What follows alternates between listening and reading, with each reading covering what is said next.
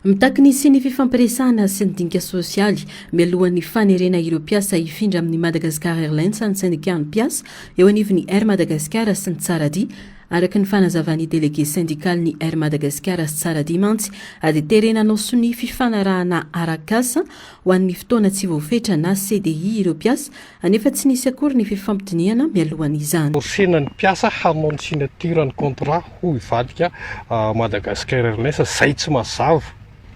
Tsorina hoe tsy mazava amin'ny mpiasa ny fanaovana an'io contrat io signature ho an'ny Madagascar Airlines. Ny mpiasa no asaina manao sinihana contrat makany ny Madagascar Airlines izay tsisy fanazavana. Tsy mpiasa ny Tsaradia Serma tsisy fanazavana fa tonga dia tiany contrat atao signature mandrapahatonga ny fin 31 décembre zao. Tsara marihana fa tsisy fifampiresahana nanoloana ny fandrafetana an'ilay contrat teo anivon'ny direction collégiale izay nampanao signature ny contrat teo anivon'ny Air Mad sy Tsaradia. Direction collégiale marihana fa an'ny Madagascar Airlines dia izy ireo no nandrafitra ny contrat izay tsisy dialogue social atao anatin'ilay izy. Ny direction collégiale ny teny tamin'ny mpiasa ny solotenan'ny mpiasa fa avy any ministera no baiko ny zavatra io hoe tsy maintsy atao ny famindranan'ny mpiasa ho CDI makany amin'ny Madagascar Airlines. Manodidina ny 20 eo ireo mpiasa voakasika ity raharaha ity ka manany sy ny ambadika izy ireo tsy ahitana fiarovana mazava ho an'ny mpiasa ny fifanarahana indrindra amin'ny fanajana ny convention collective ka mitaky ny ampitsarana vonjimaika ny famindrana ireo mpiasa ny syndicat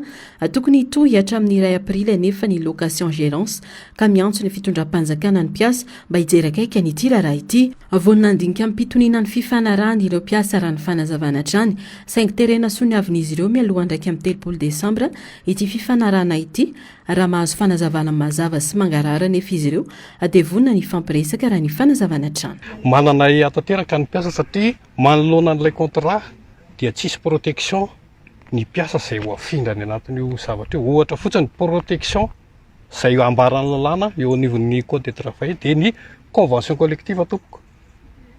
Ny CTR ihany koa ao anatin'izany nefa ireo zavatra io dia tsisy ao anatin'ny izao transfert eritreretin'ny zareo atao zao. Fanatsarana an'io resaka transfert io anankiray ary koa ny fanajanonana an'izao satria dia namoaka note ihany koa zareo tamin'ny 24 décembre teo fa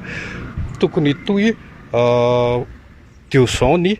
tokony toy 2 ans ny location gérance à partir ny 1er avril 2024 izany hoe tokony toy hatramin'ny 1er avril 2026 izany ilay location gérance nefa indrisy fa amin'izao fotoana izao dia asaina forcena manao signature na contrat CDI ny mpiasa amin'izao. Miankina amin'ny zava-misy no ahafahanay mandray décision mahakasika an'izay. Ankoatra izay no mafisy ny Barsan Rakotomanga mpitarika sindikaly afetafiditra ao anatin'ny fanavaozana ny fanatsarana andrafitra ny fanesorana ireo tompon'andraikitra heverina ho mitondra fikorotanana eo anivon'ny kompania Air Madagascar sy Tsaradia tsy ahivina fefatra amin'ny taona 2024 noho ny aina tana tebotebo momba ny hoaviny ireo mpiasa ny Air Madagascar ary voamaika ny tombo izany manoloana ity fanerena ny anasony fifanarahana vaovao ity. Sao dia mba hoditra akondro hoentin'ny syndiky hanakorodana firenena za zavatra ataony zao satria zareo amin'ny syndiky tao any tamin'ny fitondrana teo aloha firongony zany. Mila mandinitsy nareo amin'ny ministeran'ny fitaterana dia ohatr'izany koa nareo any amin'ny présidence aoka re tompo aza elingelenina aloha ny mpiasa efa manana contrat amin'ny Tsaradia reo, manana contrat amin'ny Air Mad reo, toarao fotsiny contrat fa maninona ny mbola ovana. Orinasa efa boka ny trosa Madagascar Airlines zany mety amin'ny makasisiny arakitikitena ny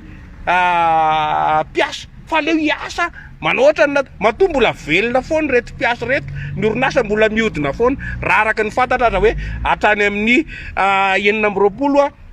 avril 9 location gérance mbola mitohy. Keno zany mbola misy zavatra ataony zany mbola afaka miasa ny mpiasa fa ilay fitantanana misy no tsy mandeha amin'ny gelone nataon'ny Madagascar Airlines matoy izy bokany trosa raha tsy ahivina efa ho 80 taona mahery no nijoroan'ny kompani mpitanterana nabagabaka malagasy Air Madagascar nandalo vanim-potoana maro anisy fivoarana sy krizy lalina ny Air Madagascar ka ny afara tamin'ny fanovana tanteraka azo Madagascar Airlines nanomboka ny taona 2024 izay nampidirina ihany koa ny sampana tsaradia nateo azy izany ambola nytony olana noho ny krizy ara-toekarena ny fifaninanana sy ny tsy fahatomombana ny fitantanana noho ny nafitsoky ny fitondrana teo aloha ary ny fiatraika ny valana retina COVID-19 izy vao maika napiditra ny kompania anaty fahavoazana tanteraka sampan'ny Air Madagascar any tsaradia miara-miasa amin'ny kompania Air Austral ary misahana manokana ny fitantanana ny sidina anatiny